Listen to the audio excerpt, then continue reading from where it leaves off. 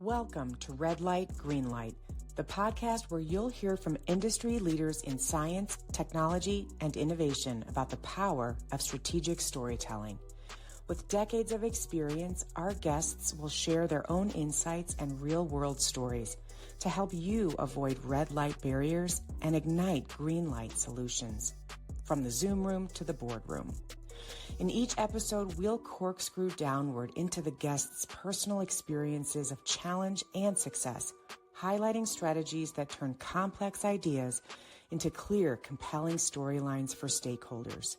Here is where expert minds share stories that shape the future. What's more, you'll walk away with tips to try immediately to drive the vision of innovation with your team.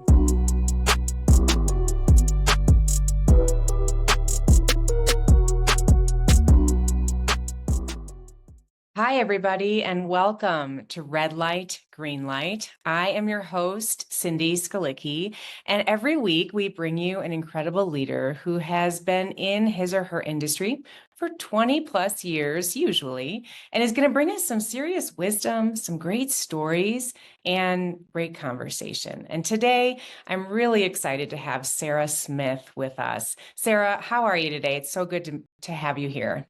I'm great. Thanks for having me, Cindy. I really appreciate it. Absolutely. You are with ALPS Insurance, correct? And so we're gonna find out a little more about what you do there. You are one of my many customers and clients we've had who is numbers driven and data driven and is in love with spreadsheets and cells and all those things that I am not in love with. So why don't you tell our audience where you live, how you got to where you are, and what role you play right now at ALPS? Absolutely. So I live in Missoula, Montana. It's a great place to be, surrounded by mountains and rivers. And I have been working for ALPS since 2003, which is 22 years. Oh my gosh. I know. Wow. I never thought I would do anything for 22 years. Right. You cleared the 2-decade mark right there just by being at ALPS. Absolutely. And prior to finding insurance, I've done all sorts of things from Target. I worked for Target in retail. I worked for a coal bed methane exploration company.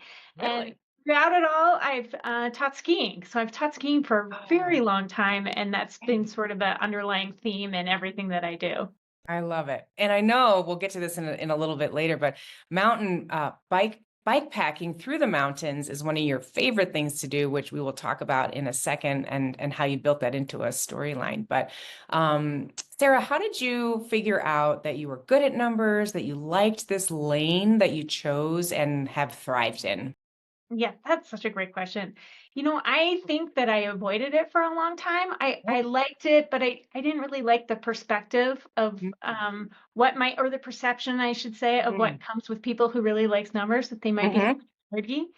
So I avoided it for a long time. And then during my MBA program, I met a woman who was a philosophy major and then got her doctorate in accounting. And she taught me to just love numbers.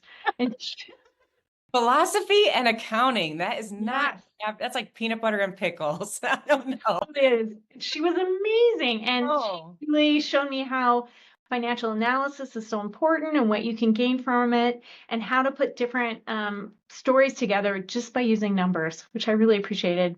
I love that. I have an older brother who was a finance major and is really wicked good at numbers. In fact, both my brothers are great with numbers.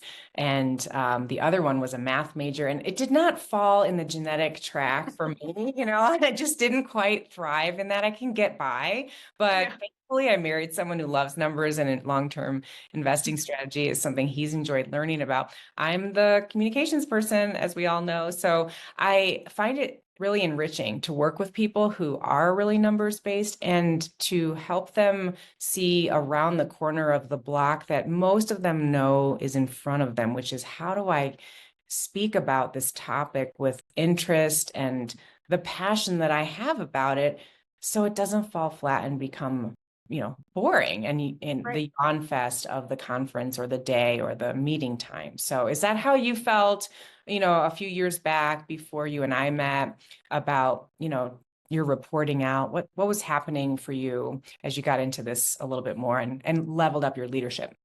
Yeah, totally. I think part of it is just that a lot of the times the presentations I was giving are the same, right? They're the Yes. same information quarter after quarter. And so how do you keep that lively and interesting? I Mhm. mean, if I'm getting bored by it, I'm sure my audience is getting bored by it.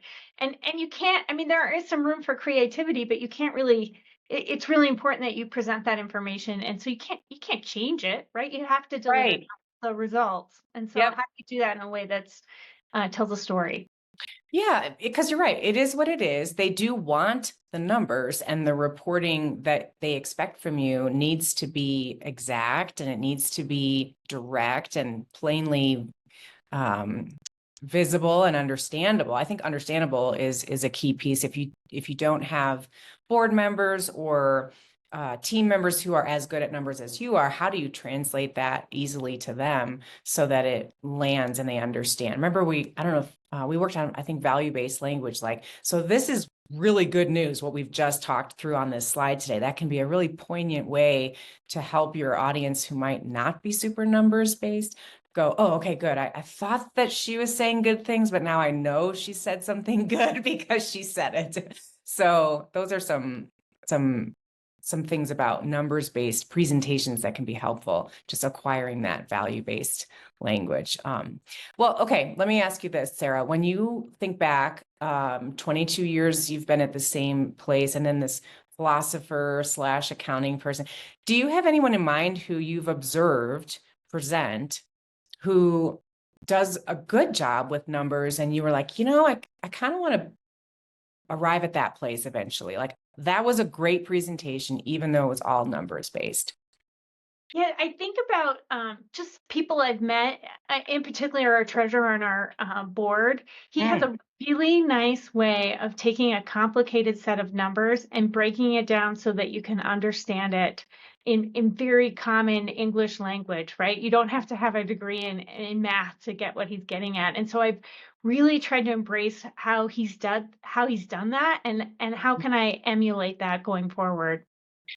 So if you are in the audience watching him present, I can hear from your answer that you feel like at ease and that he probably is going at the right pace to bring you up to speed. Can you dive a little more into that? Like if you had to pinpoint behaviors that he's doing to make that message feel that way, what would you identify? I think he doesn't make any assumptions, which is a good Okay. life lesson in general, right? And he just says, I'm going to bring this down to the most simple and clear and concise way to deliver this method and this Oh. message. Yeah, Well, there's a preview sentence to help the audience feel like, great, he's coming to my level. He's gonna slow this down and then we can speed it up. That's kind of an interesting, well, that's great. And I imagine too that you can kind of hear in his vocal tone that he's very personable, relational, I would imagine. Sometimes that can play a big role in terms of how we feel when we're listening to someone else. If they feel like we're sitting at the dining room table instead of a boardroom, then you're comfortable and you don't feel badly about asking for clarification. correct. Correct. It's magical. I go back to something I read once, which was understanding this story so deeply that you can describe it simply. And I just try to keep that in the back of my head all the Yes. I love that. I love that. Well, that is a perfect segue into some of our conversation for the next portion here, Sarah, where we talk a little bit about lights, talk about red lights, talk about green lights.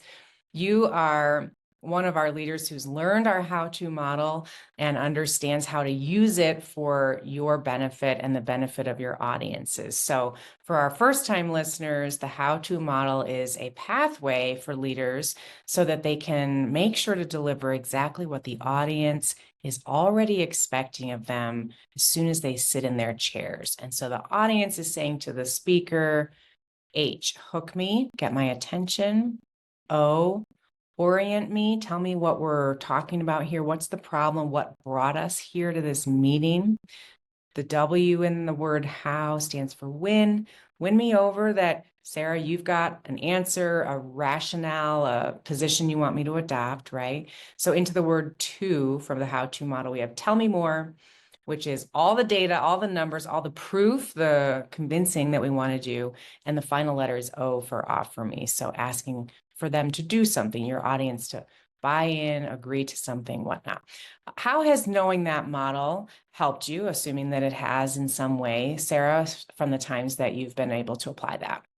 Yeah, it's the biggest thing for me is the hook, right? How do Mm, I get people to buy in? And I think one of the things that you said to me that was so helpful is, what does your audience want to hear? How do you want your audience to feel?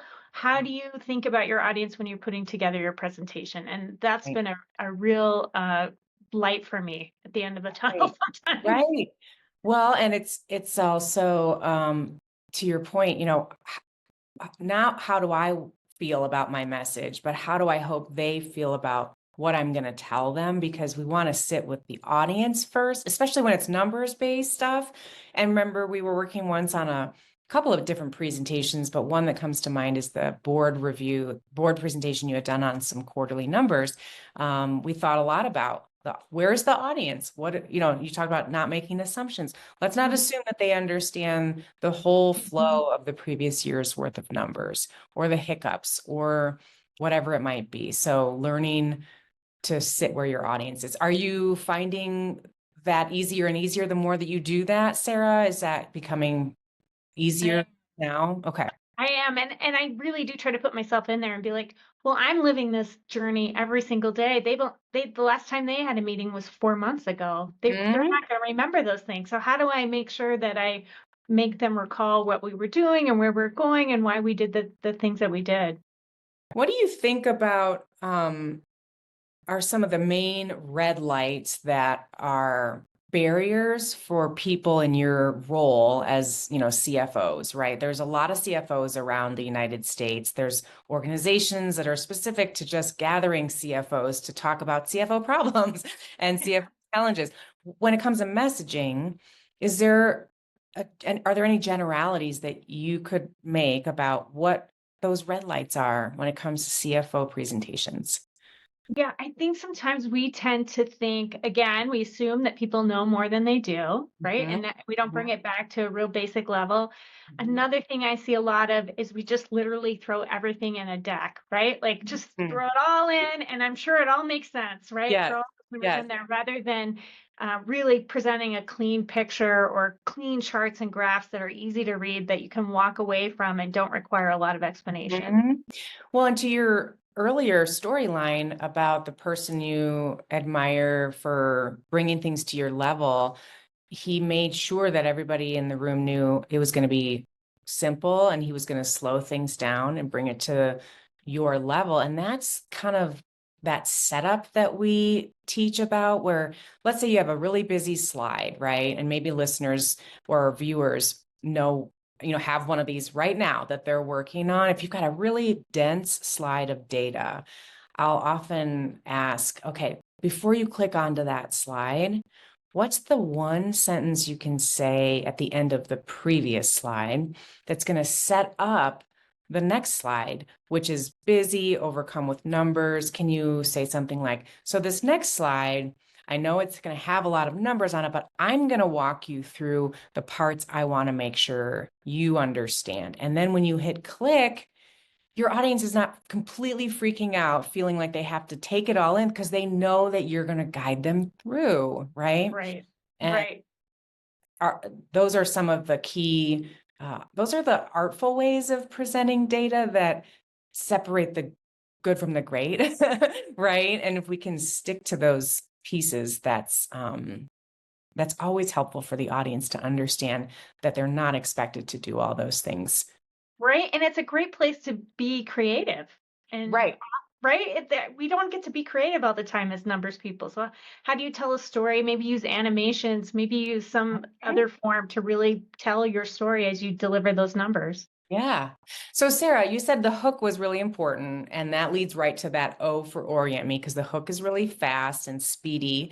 And then the O for orient me is like, okay, we're in a boardroom, we're in a call for a board. It's time for me to like thread the needle, right? Frame up the presentation. So can you think back to a presentation you've given where you included a story that, maybe felt a little bit off at first, but ended up, landing really well? Have you built in some stories, and can you share with our audience what those are? Yeah. I think the best story is the one that you worked with me on, which we did. We told a backpacking story, right? And We about did.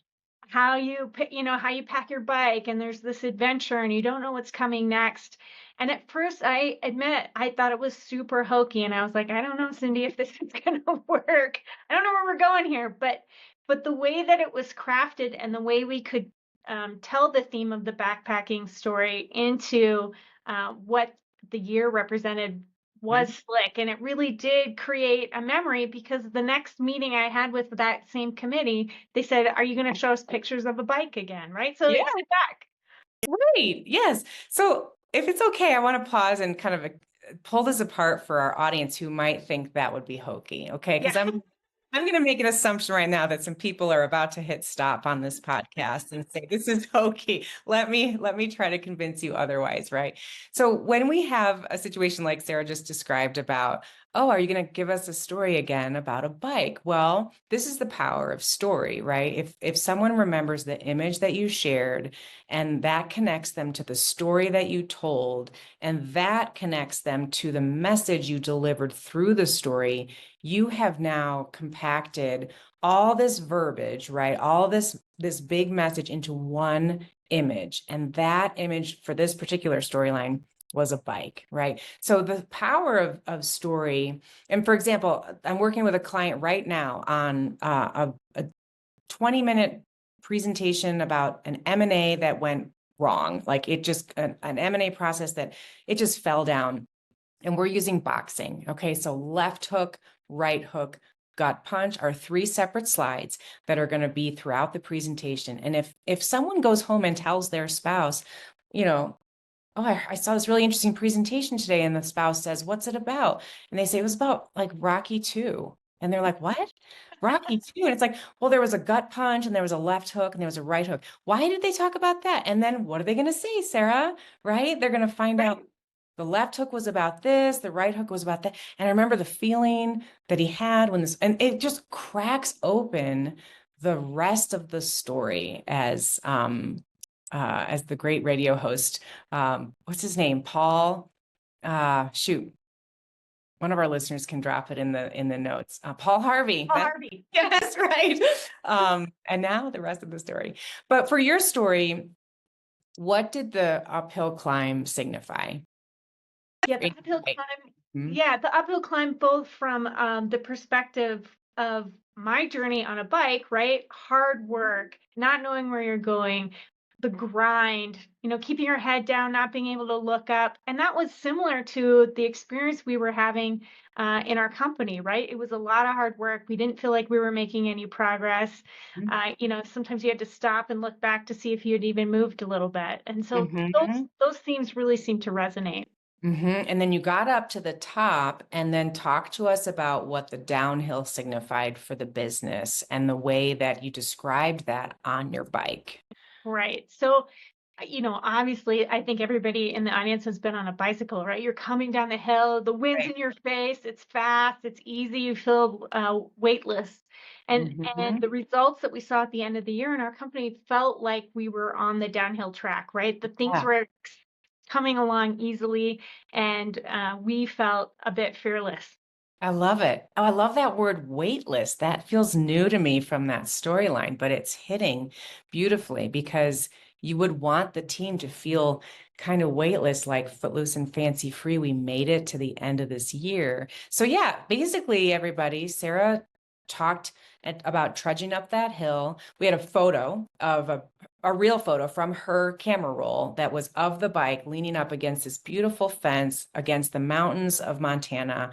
And all it said was, oh, I remember the 4 words. What were they? Downhills don't come free. Downhills don't come free, meaning obviously, right? We have to climb up the hill to get down the hill. And so when you throw that at your board audience, downhills don't come free, and it's on the slide, and that's all that's on the slide, they're like, what does this mean? And then you unpack the storyline for them. And it was what, 2 minutes, Sara, that you told that story? Now, I remember back when you were practicing this story, and I want to say you're not alone at all, because several executives I've worked with since you and before you, it's like I've heard that so often. Cindy, I don't know if this is going to work. You get this doubt, right? So talk Mhm. to me about what you and I worked on, because I remember something about as you were about to present it. What was the hard part for you around rehearsing it well, and where did you sort of find that to be, what was easy, what was hard about the rehearsing? Yeah, I think there were a couple of things. First and foremost, I mean, I did really feel like I wasn't sure it was going to connect, and so there was a bit of self-doubt of whether this story was really going to work. And so I tried to speed up through it, right? And I didn't Yes. take the time to Yeah. describe the story and slow down. And that's where we really practiced and focus. And I'm so glad I did because it was Mhm. important to the rest of the presentation to really tell Mhm. that story. Yep. For those of you listening and watching, story is hard for a lot of people to get under their belts. It's not natural for a lot of folks. It's also less natural for a lot of numbers oriented folks. So it's very uncomfortable. And I've learned the more I've done this, and even since our work together, Sarah, like that's a very loud reality for executives. It's hard for them. It's not easy. It's not comfortable, especially if it's a personal story. So I have now started to tell people you can do story and you can do it wrong. Like you can screw it up. So if you tell it too fast, if it's clear that you don't think the story holds weight, which you were close to, right? You had to, I Right. think what I would say about your time is that you had to believe in yourself and trust yourself and stand up proudly to tell your story, assuming it would land, because people can smell doubt a mile away. Right. Totally. So I'm glad you slowed it down, because story does need to be slower to really land. And I hope that that afforded you more freedom. What's been happening since then in terms of how you've folded in little tidbits here and there for yourself? Yeah, I haven't told as many stories, but what I've really concentrated on is can I put together a coherent theme, right? Mm, What's the theme that I want? mhm. If they don't remember anything else, what do I want them walking away with, and how do I want them to feel about that?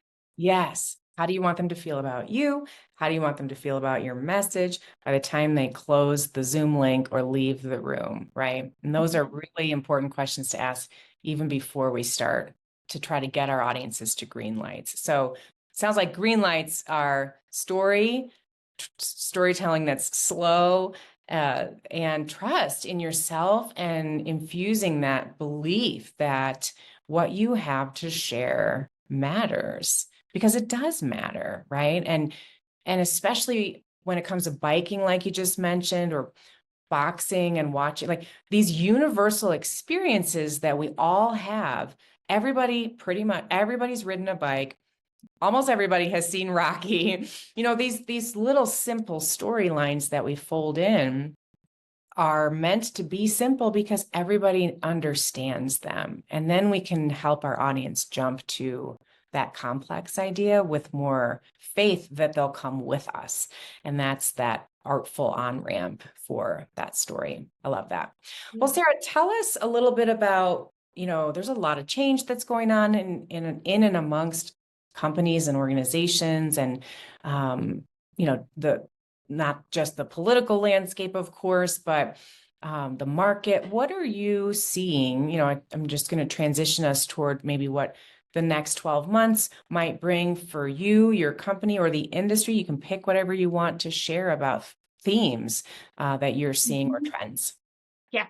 I think we are all really excited, much like everybody else, about AI and what that can Mhm. do for us. And so Mhm. I can speak for our company. We're starting to experiment with Okay. different forms of AI, right? How can we use it in our business? How do we use it in our personal life? How do we get better at speaking by using AI, which has been Mm. fun to play around with that, right? Yeah, yeah.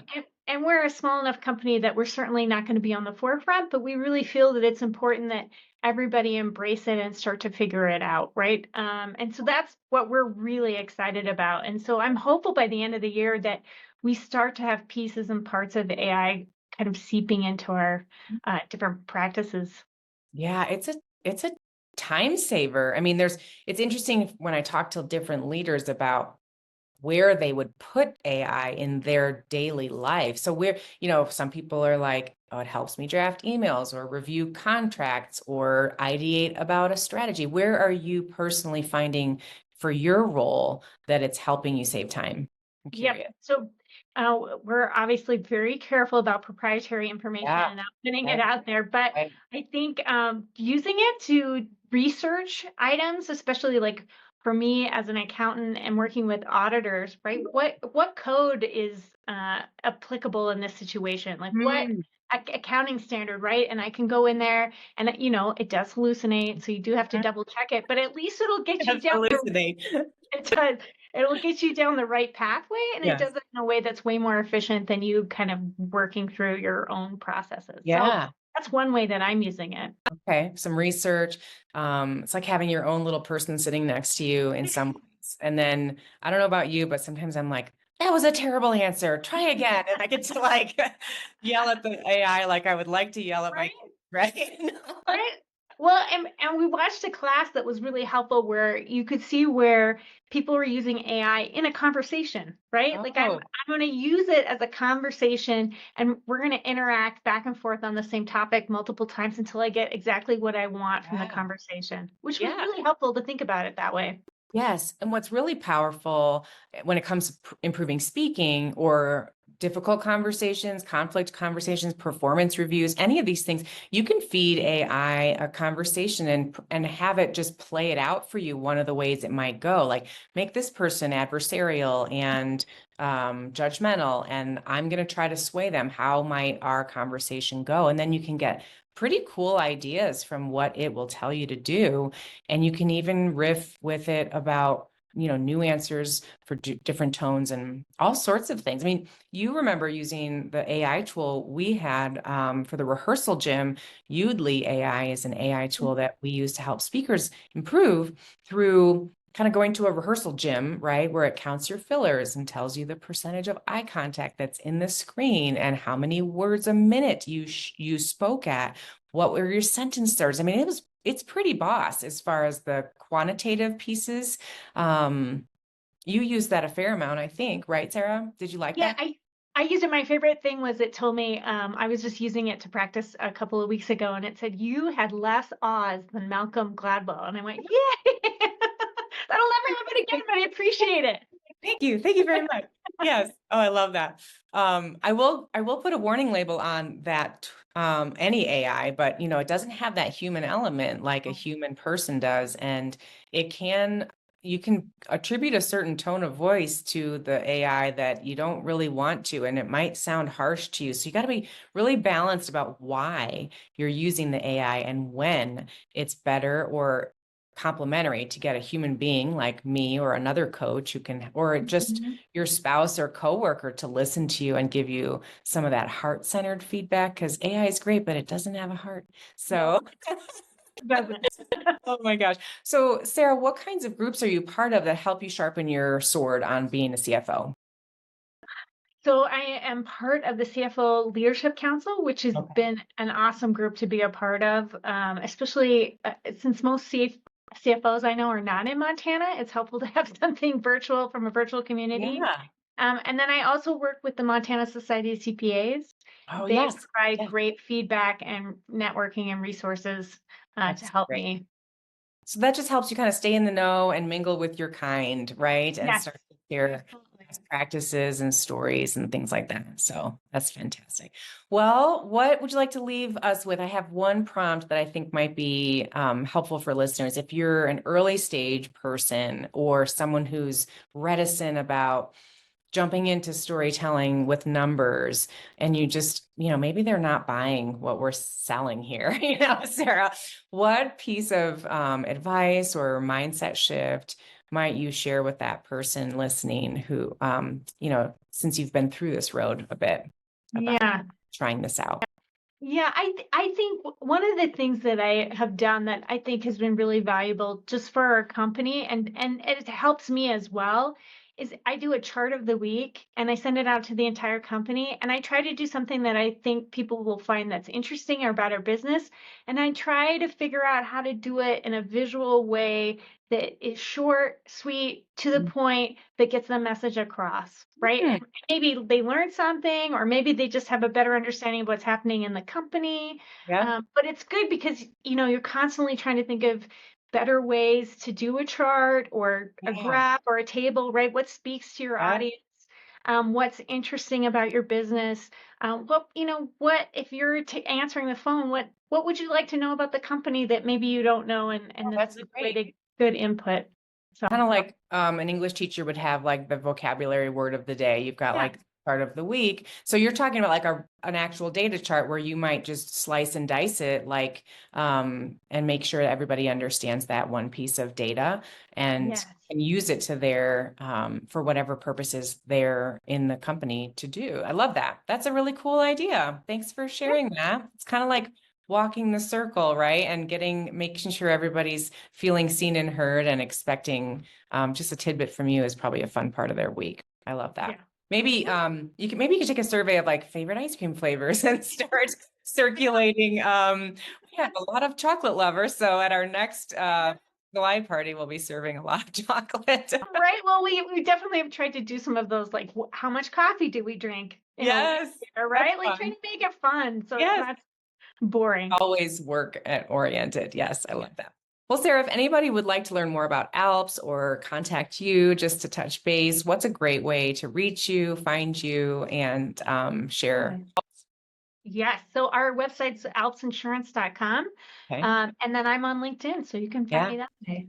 I think you posted about some awards that ALPS has won and that maybe you have won. Can you share a couple of those with us this Uh, year? we won Best Place to Work, Yeah. both locally and in the state this last year, which has been really exciting. Huge. And I was a top 100 women in insurance award winner. So I Yes. was excited about that as well. Congratulations. That Yeah. is exciting. We'll shout it from the rooftops for sure. So thanks for sharing that with us. Well, Sarah, thank you for coming. Thank you all for listening and watching and hearing some of Sarah's experiences with story and data and how she's cracked the code. She's continuing to do great things at ALPS as ALPS grows. And we're just delighted to have you in our orbit as always, Sarah. Thank you, Cindy. I really appreciate it. I really enjoyed our conversation. Yeah, me too. Thanks everybody for watching and listening. We will be back again next week with another incredible leader to share more secrets about story with you then. Until then, have a great day and get out there, try to move somebody from the red light of risk to the green light of go. And we'll see you next time. Bye-bye.